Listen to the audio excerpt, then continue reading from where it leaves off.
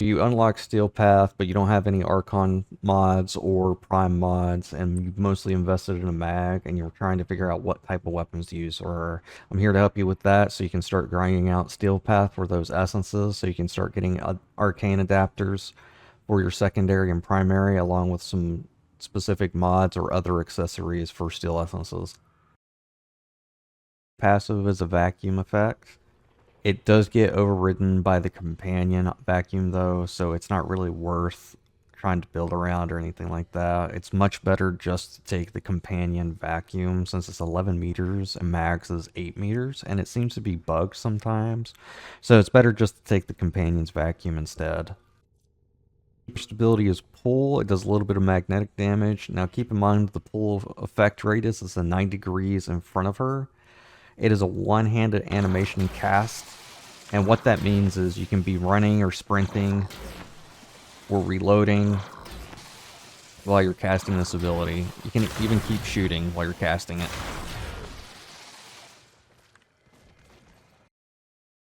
Second ability, Magnetize. What it does is you will target an enemy with it, and then it will have a little bubble that pops up, and it will pull enemies in it. So if you have any punch-through type weapons, it is very strong for that. What it does is it will absorb 25% of the damage you deal, or anything that gets fired into the bubble, and it stacks up. Now once it stacks up, it does a massive explosion based off of how much damage you just did in that bubble. Next ability is Polarize. So what it does is it strips armor and shield, and it takes the amount of armor and shield stripped and turns it into damage. It also creates little shards on enemies. So the shards can be picked up if you run near them. If you're within 3 meters of them, they'll be picked up. They can also be pulled to your magnetized target, and they will do a little bit of damage. It's very low damage, I wouldn't even worry about them. Polarize also restores shield when you press it. So that's also another defensive tool in your arsenal that you can have. Final ability, Crush. What it does is lift enemies up in the air and dealing damage, along with restoring shield to you and your ally per enemy in the AoE radius of it. If you have something magnetized, it'll do bonus damage. For mag, I generally build around her magnetized. I usually like to use it a little defensively. I can use it to do cutoff points on choke points because it'll absorb enemy bullets. It'll absorb my bullets too, but it adds to the damage of his explosion. So for the first mod, we're going to start with the Aura mod. We're going to go with Dreamer's Bond. This is fairly easy to get. You can get most of the Aura mods from Nightwave.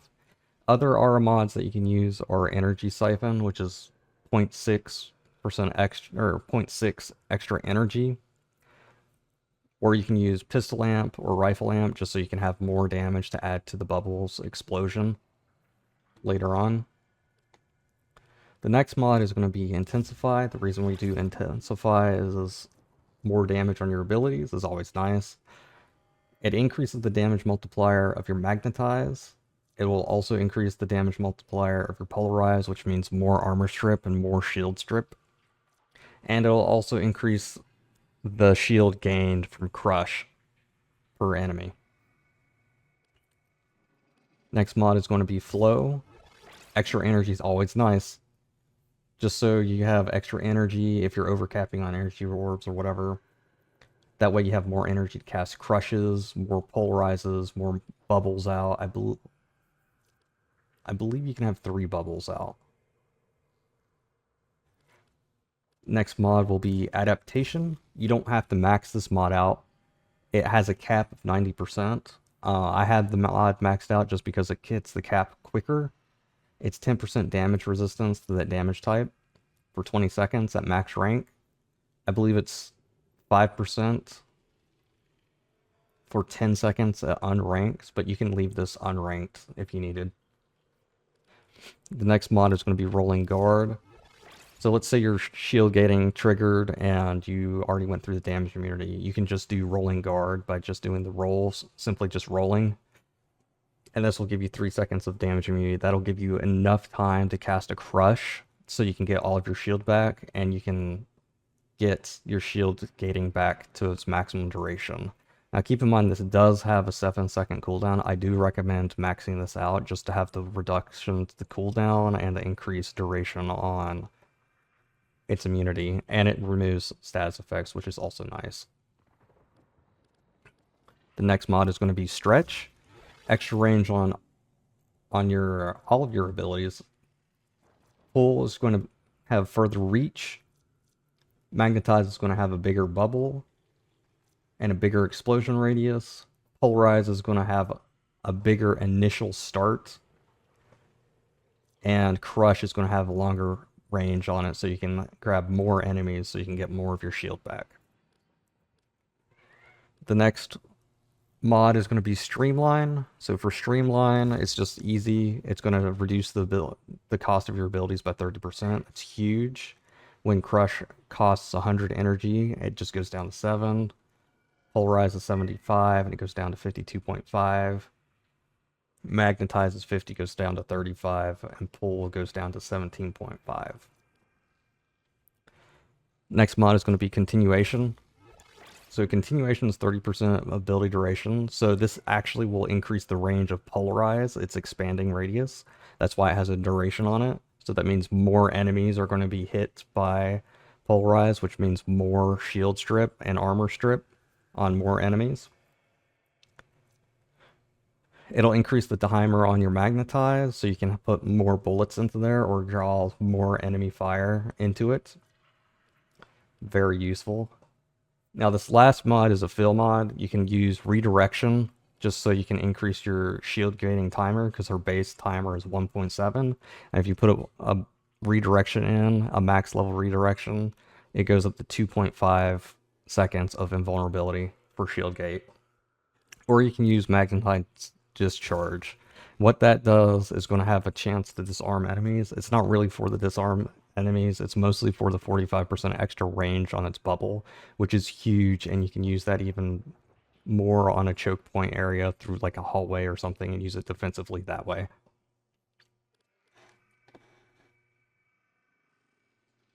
The Naggarok is probably one of the stronger weapons for Mag, mostly because of its innate infinite punch through. That way it bypasses through multiple enemies at a time. So when you magnetize something, it'll have everything grouped up nicely. So when you start shooting Naggarok arrows into the bubble, it'll keep passing through enemies repeatedly, allowing it to add up more damage over time, and ultimately being even bigger explosion and damage. So for the first mod, we are going to plop in Point Strike, because this is a crit weapon.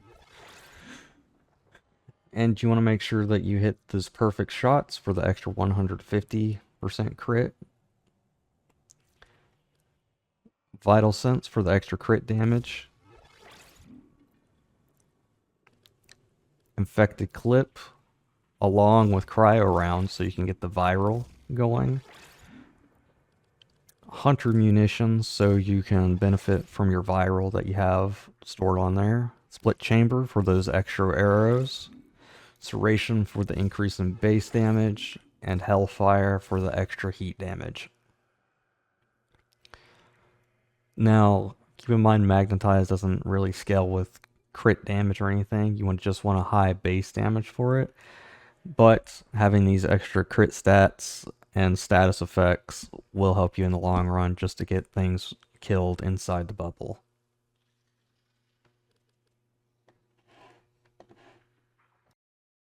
Cyan-X might not be the strongest weapon, but it does work very well with Mag's Magnetize, because it has innate punch through, and also the main fire bullets bounce between enemies, apply gas, so everything's going to be grouped up, and you'll be able to have a bunch of gas status procs stack up to its maximum count, 10.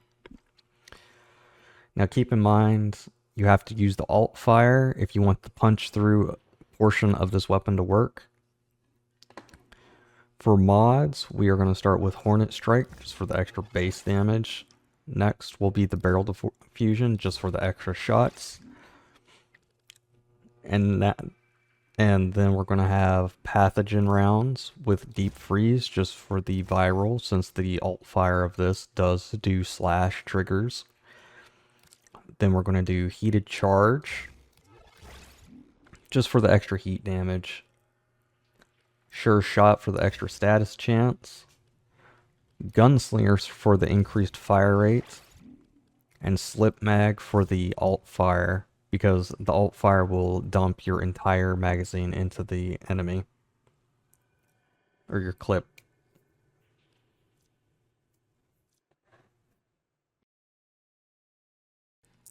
This weapon has been around for a while now and has been one of the strongest melee weapons for a while too. This weapon works really well with mag, considering it has a projectile that it's like a shotgun, essentially. It's easy to get. All you have to do is do the Granum stuff, and you might even get the Protea Warframe while you're farming for this, along with possibly getting a cosmetic, shoulder cosmetic. First, we're going to put in the stance mod. We have High Noon, but any of the other stances work also for it, since it's mostly going to be about heavy attacking with this weapon. Shattering Impact, mostly because your heavy attack does impact damage, and the impact damage reduces the armor by 6. Now don't be fooled by the 6. It is 6 base damage, so it ends up equaling to be a lot more armor reduction on higher level enemies than it actually says. The next mod will be True Steel for its crit chance, so you can get it up there. And the main thing, Condition Overload, mostly for the base damage. All you need is like 2 statuses, and you get 160% extra damage. Next mod will be Organ Shatter, just for that extra crit chance, or crit damage. Then we're going to be going for Gas, which is going to be Virulent Scourge and Molten Impact. So you can get those gas procs off in your Magnetize, so you can have an easy AoE gas going on. Now keep in mind this doesn't apply to Magnetize either, the gas status effect, sadly, but it's still AoE damage to help you kill enemies quicker. Next mod will be Shocking Touch, just for the extra electricity damage. That will also be AoE damage from those status triggers. And then finally Gladiator Might for the extra crit damage. This one may not be the strongest companion that you can get, but it is a very good defensive starter companion. I believe you can get it from a junction. All you have to do is just complete the objectives for the junction to get it. So for the modding of the Cataxen, we are going to start with Contagious Bond. And Contagious Bond, along with Duplex Bond, we can get both of these from Sun at Deimos for, I believe, 20,000 standing each. Now what Contagious Bond does is it's going to spread your status effects up to 9 meters away every time it gets a kill, which will be easy with how we're going to build its weapon. You can only have a maximum of 100 stacks, though, unfortunately. That was nerfed, sadly, mostly because of optimization problems. Duplex Bond, this one will also be very useful for generating energy orbs, because your companion will be getting some kills. So that's easy energy orbs right there, and also it'll be spawning 3 clones. The next one is going to be Manifold Bond, so this is going to be an important mod. So what Manifold Bond does is, if you kill at max rank, if you kill an enemy with 3 or more status effects, it's going to reduce the companion's ability cooldowns.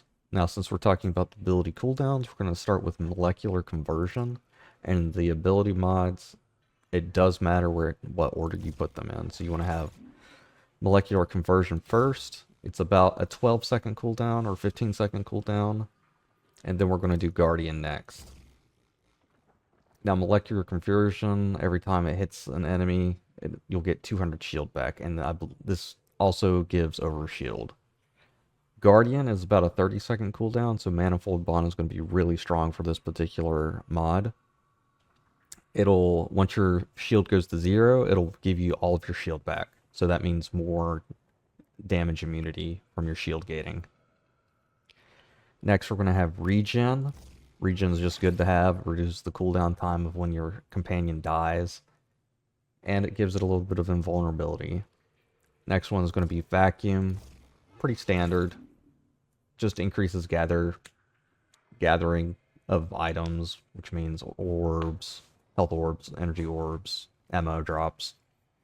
And then we're going to have retargeted because we want to make sure that your Taxxon is attacking. Next one will be fired up. And what fired up does is it does stacking heat damage up to 100% at max rank. Quite nice. It's just got to be hitting after 5 seconds. It's not going to do anything. The last mod is a fill mod. So what you could use is either reinforced bond, because it'll be easy to get overshield for your companion, or sacrifice, but that one's kind of takes a lot of effort to get. Or you could do one of the bond mods. I believe it is Momentous Bond. So Momentous Bond is when you kill an Xmas, it'll gain that bonuses of that Xmas for 30 seconds. And it reduces its res timer by 18 seconds, which is pretty much half of the res timer almost. So if you get 2 Xmas kills, and Xmas tend to spawn very frequently on Steel Path, you'll be able to get your Taxxon companion back. It may not be the strongest companion weapon for the Taxxon. We're going to use its weapon that it comes with. It may not be the strongest companion weapon, but it does do its work. So it has a unique effect called Chill Reactor. So what it will do, it's 20% cold damage, independent from any other elemental type. So what that means is you could have several different elemental types like magnetic, since magnetic uses cold and electricity. It will still do cold damage regardless. Or viral, since it's cold and toxin, it'll still do cold damage regardless. 20% of its total damage will be cold damage. So for the first mod, we're going to do Serration, just for the extra base damage. The next mods are going to be Malignant Force and Rime rounds, along with Thermite rounds.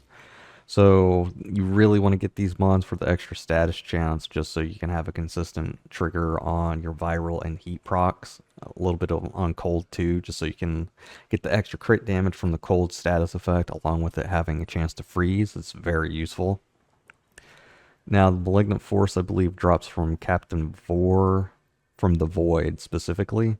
I think all of the status toxin mods drop from him there. You can do a high level survival to get him to drop. I forgot where he dropped, where he spawns at. Rime rounds and Thermite rounds are going to be from spy missions.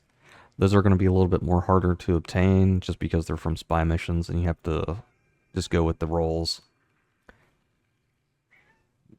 The next mod is going to be Hellfire, just for the extra status procs on heat damage, the higher chance. That way it won't constantly be viral damage being triggered. At least your heat will be up there too. Then we're going to do Rifle Aptitude for the extra status chance. Sinister Reach for the extra range on its attack. That way you can maximize its damage a little bit more.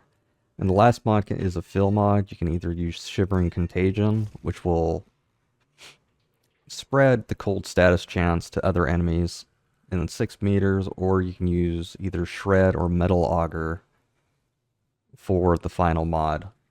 Now, Shred and Metal Auger are going to be very strong because of how Magnetize works, since it pulls everything to the center, so it will be just as good as Shivering Contagion.